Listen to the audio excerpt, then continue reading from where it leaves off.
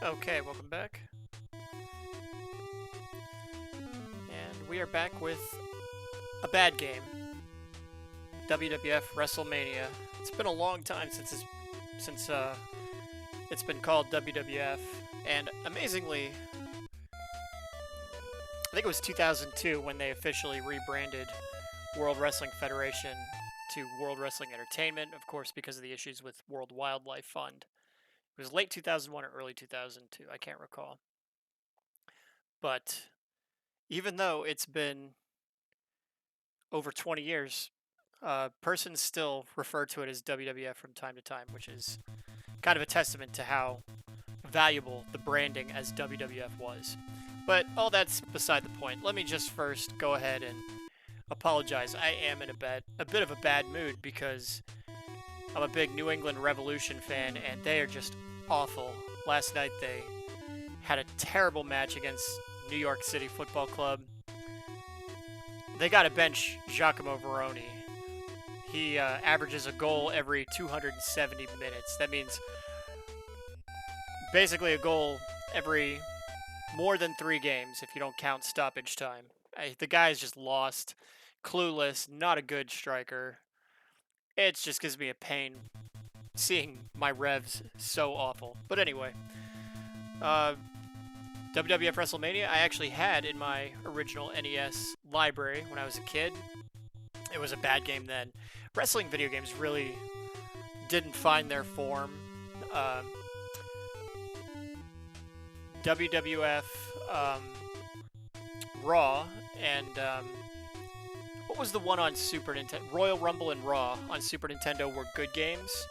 Of course, the coin-op arcade games, WWF Superstars and WWF WrestleFest, were great. It's a shame that arcade one-ups won't make a build-your-own cabinet for those because of licensing issues, but I absolutely love those games.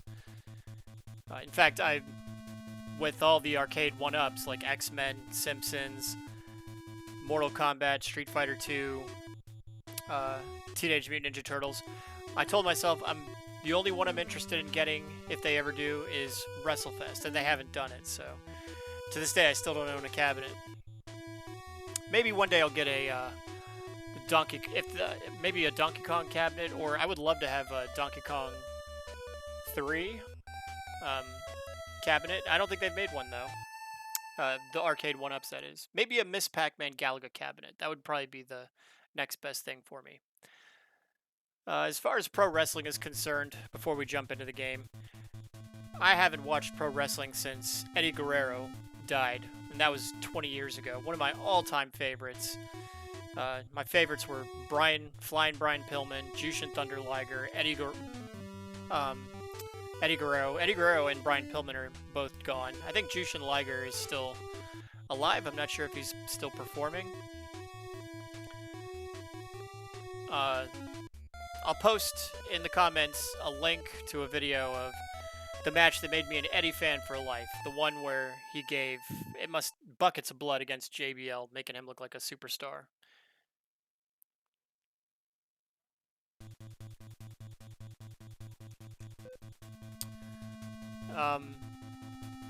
Here, we'll do one player standard, basic exhibition match. I did used to watch,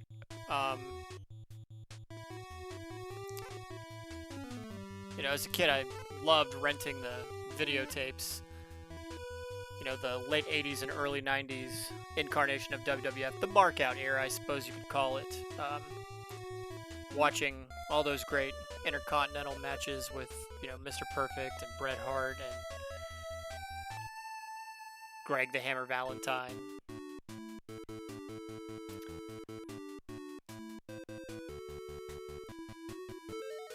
Alright, so I guess we'll just look at the pictures real quick. Bam Bam looks okay.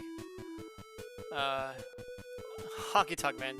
That is a terrible picture of Honky Tonk Man. Not the best picture of Savage. Terrible picture of Andre. Terrible picture of Hogan.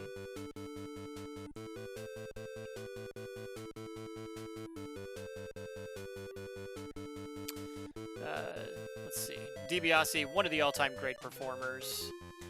why they never had Hogan versus DiBiase main eventing a WrestleMania. They really left a lot of money on the table. That should have been the, for WrestleMania 4, that should have been the main event. Hogan versus DiBiase. It's a shame we didn't get it. They were kind of building towards it, too. Bam Bam, classic. Not much to say about Bam Bam Bigelow. Honky, I know what you're thinking. Terrible performer, yes, but also greatest Intercontinental Champion of all time. I know someone recently just broke his record because Honky had it for over 450 days, but, you know, I haven't watched since 2005, so I really couldn't tell you much about it. As you know, the era that I grew up watching, Honky had that legendary run of over 450 days as Intercontinental Champion. And people were just so thrilled to finally see him lose. Savage, another all-time great, died way too young. Andre, unfortunately, so much footage of Andre is really when he's past his prime. And could barely move, could barely walk. I get it, he's a legend in the business, but just not... I don't have much to say about Andre. You know, he's kind of more of a folk hero, I suppose. Alright, enough going on about this. What about this game? This game absolutely sucks. Here, we'll pick DiBiase and we will fight Hogan. Get our WrestleMania main event that never happened.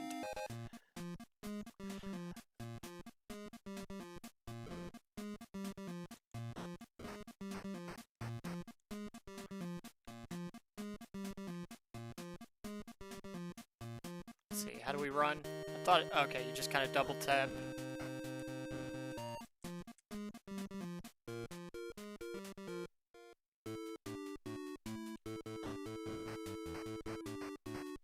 At least Hogan's theme sounds decent.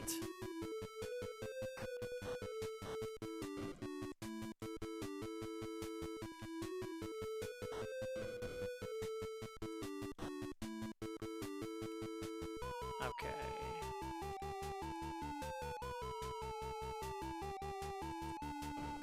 Alright, so that's how we run. It's not quite a double tap. I know the moves are listed in the instruction booklet. I do remember the instruction booklet. I used to have it.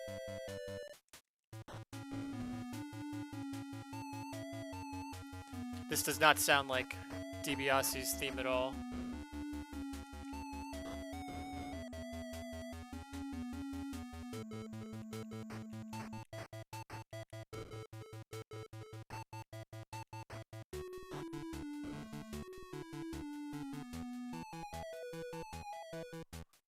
So we can climb the turnbuckle, but good luck getting him up there. Or good luck landing the hit.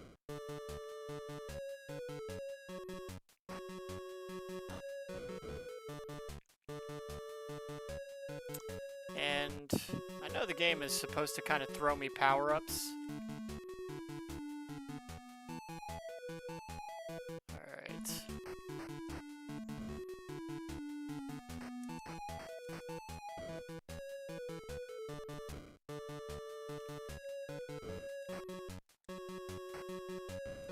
That's it. That should be it for me. I mean, that's all there really is to this game. I know you can also body slam. There's a tournament feature. I wish I could show off more of the game, but there's really literally nothing left to show off. The controls, bad. That ring looks bad. And like I said, in the Super Nintendo, there were better wrestling games, namely WWF Raw and WWF Royal Rumble. Wrestling games did get a little bit better for the N64 with WCW NWO World Tour was great. WCW NWO Revenge was, in my opinion, the best on the 64. A lot of persons like No Mercy. That one had a shop where you could unlock all kinds of goodies. That one was pretty good too. But man, did I love that roster that WCW had for Revenge World Tour. You know, maybe the most complete roster, even though, obviously it didn't have it didn't have any of those WWF talents like Stone Cold or The Undertaker, but man, it was good enough for me. And then really the wrestling games took off with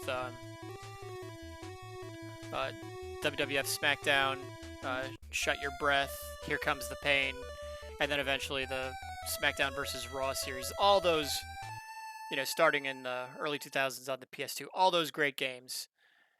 Here Comes the Pain, probably the first truly great one. I always call it Shut Your Breath, but it's actually called Shut Your Mouth. That one was really good. But Here Comes the Pain, probably just a little bit better. Alright, so anyway, that's all I wanted to say about this or that. This game sucks. The other WWF games on the NES sucked. There was King of the Ring, no bueno, and WrestleMania Challenge and WrestleMania Steel Cage Challenge. Of all the WWF games on the NES, WrestleMania Challenge is the most playable, and it's still not that good. There's other pro wrestling games on the NES, like, Muscle and Tag Team Championship, also not good. I guess all I'm getting at is wrestling video games, the ones on the N64 are good. There's a couple good ones on the SNES. But on the NES, the technology wasn't there. But if you ever get the opportunity to play the arcade games, like WWF Superstars, which is kind of rare. You don't hear retro gamers talking much about WWF Superstars nearly as much as you hear them talking about WrestleFest. But if you could play either one of those, they're both great. Highly recommend them. And would it be too much to ask if we get those as arcade one-ups, please? Until then, we'll see you later.